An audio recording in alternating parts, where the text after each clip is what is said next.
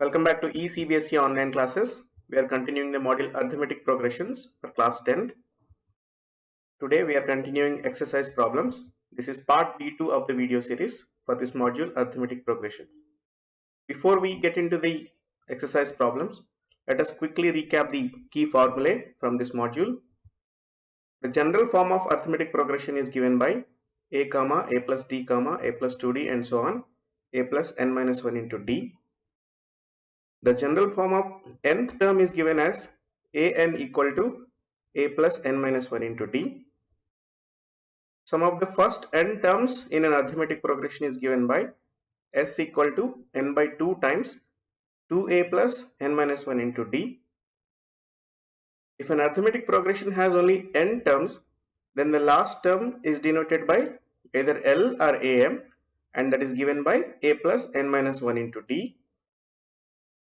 If arithmetic progression has total n terms, then sum of the progression is given as s equal to n by 2 times a plus L, where L is the last term.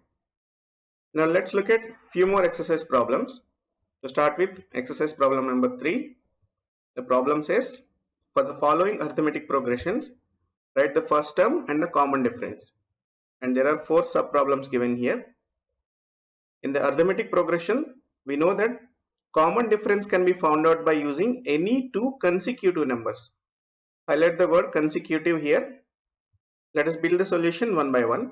First term a and common difference. This can be found out by using either a2 and a1, that is a2 minus a1, or a3 minus a2, or a4 minus a3. So all of these combinations should give the common difference d. Now let's look at the first sub problem. The numbers given are 3, 1, minus 1 and minus 3.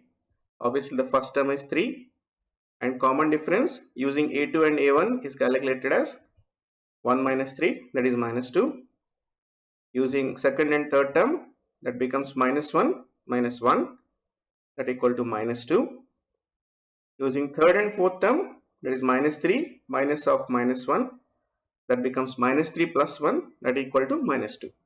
So the common difference is consistently minus 2. Let's go to the second sub problem. The numbers are minus 5, minus 1, 3, 7 and so on. So obviously the first term is minus 5.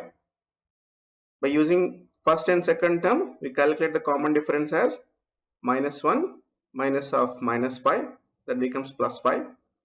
So that is minus 1 plus 5, that equal to 4. Using second and third term, it becomes 3 minus of minus 1, that is 3 plus 1 equal to 4. Using third and fourth term, it is 7 minus 3 equal to 4. So the common difference is consistently 4. Let's go to the third sub problem. The numbers are 1 by 3, 5 by 3, 9 by 3 and 13 by 3. The first term is 1 by 3. Common difference using first two terms is 5 by 3 minus 1 by 3, that is 4 by 3. Using second and third term, it is 9 by 3 minus 5 by 3, which is equal to 4 by 3. Using third and fourth term, it is 13 by 3 minus 9 by 3, again that is equal to 4 by 3. So the common difference here is 4 by 3. The fourth sub problem, the numbers are 0.6, 1.7, 2.8 and 3.9. The first term is 0.6. The common difference using first two terms is 1.7 minus 0.6, that is equal to 1.1. Using second and third terms, that is 2.8 minus 1.7, it is 1.1. And using third and fourth terms, again 3.9 minus 2.8, which is also giving 1.1. So the common difference here is 1.1. So let's quickly look at how to solve such problems where the series is already mentioned as arithmetic progression and you are asked to write the first term and the common difference. Okay, so what is given here? The numbers are given and it is already mentioned that it is an arithmetic progression. So first number is the first term, directly you can write it, and common difference d, you can use any two consecutive numbers. You can use d as a2 minus a1 or a3 minus a2 or a4 minus a3. Any one is good enough, but calculating all these three you'll be able to verify whether the series is actually in AP or not. And now let's go to the problem number 4. Which of the following are APs? If they form AP, find the common difference D and write 3 more terms. So there are 4 sub problems given here. If you carefully observe, the problem is in 3 parts. Whether they form an arithmetic progression or not.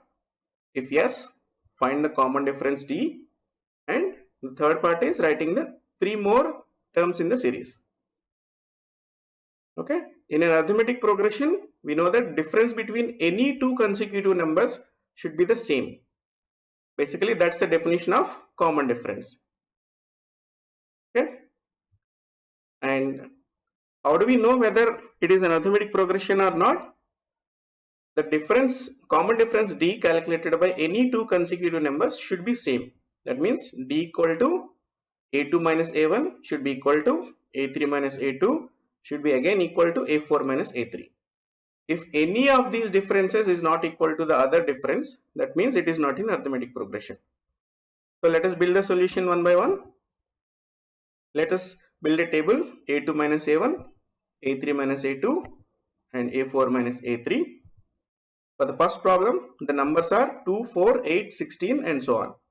So A2 minus A1 is 4 minus 2, that is 2. A3 minus A2 is 8 minus 4 equal to 4. A4 minus A3 is 16 minus 8 equal to 8.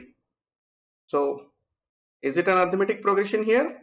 No, because the differences are not equal. So it is not an arithmetic progression. So once we know that it is not an arithmetic progression, we don't need to do any further calculation. So let's go to the second sub problem here. The numbers are 2, 5 by 2, 3 and 7 by 2. So the common difference using first two terms is 5 by 2 minus 2, that is coming out as half. Using second and third terms, 3 minus 5 by 2 equal to half. Again third and fourth terms, it is 7 by 2 minus 3, again half. Here all the differences between two consecutive numbers are coming out to be half. So it is an arithmetic progression. Now let us write the common difference D, it is half.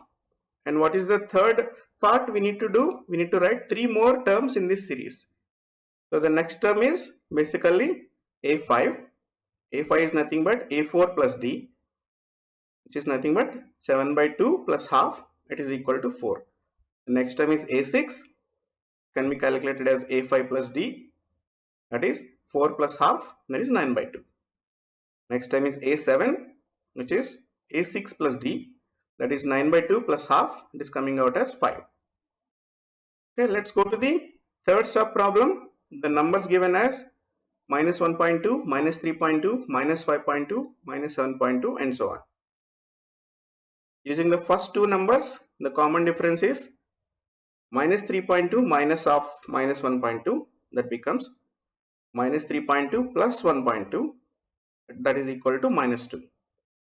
Using second and third numbers, that is minus 5.2 minus of minus 3.2, that is minus 5.2 plus 3.2, which is equal to minus 2. And the same thing is happening when we are calculating using third and fourth terms. Again, the value is coming out as minus 2. Since all these are consistently minus 2, we know that it is an arithmetic progression and the common difference here is minus 2. And A5 is calculated as A4 plus D, that is minus 7.2 plus minus 2, that is minus 9.2. A6 is A5 plus D, that is minus 9.2 plus minus 2, that is minus 11.2. A7 is calculated as A6 plus D, that is minus 11.2 plus minus 2, that is equal to minus 13.2. Let us go to the fourth sub problem here. The numbers are minus 10, minus 6, minus 2, 2 and so on. The common difference using first two numbers is A2 minus A1, that is minus 6 minus of minus 10, that is will be minus 6 plus 10, that is equal to 4.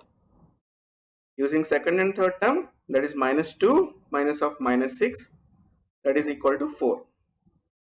Similarly, using third and fourth terms, it is 2 minus of minus 2, that is 2 plus 2 equal to 4. Here the differences are consistently 4. It is an arithmetic progression and the common difference is 4. So the fifth term is a4 plus d, that is 2 plus 4, that is equal to 6. The sixth term is a5 plus d, that is 6 plus 4 equal to 10.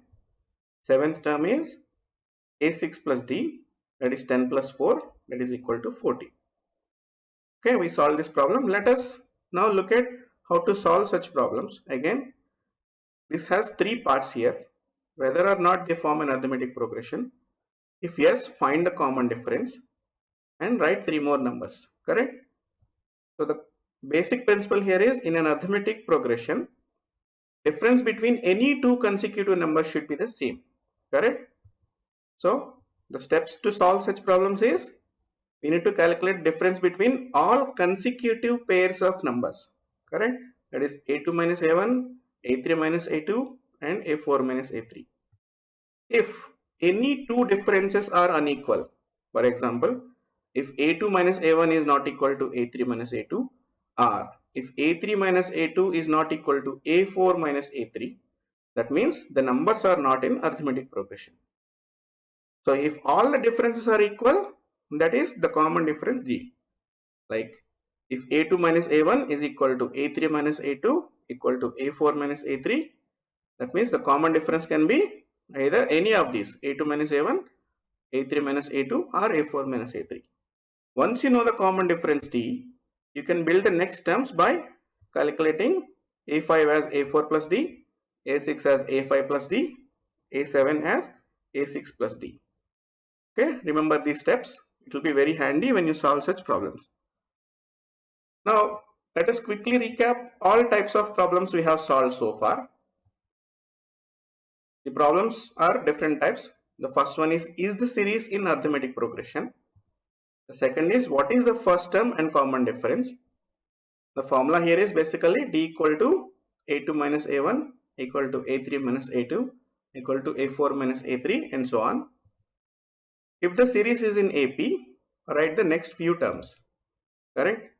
Sometimes the numbers are not directly given. So what should you do? You should carefully read the text of the problem and identify the keywords.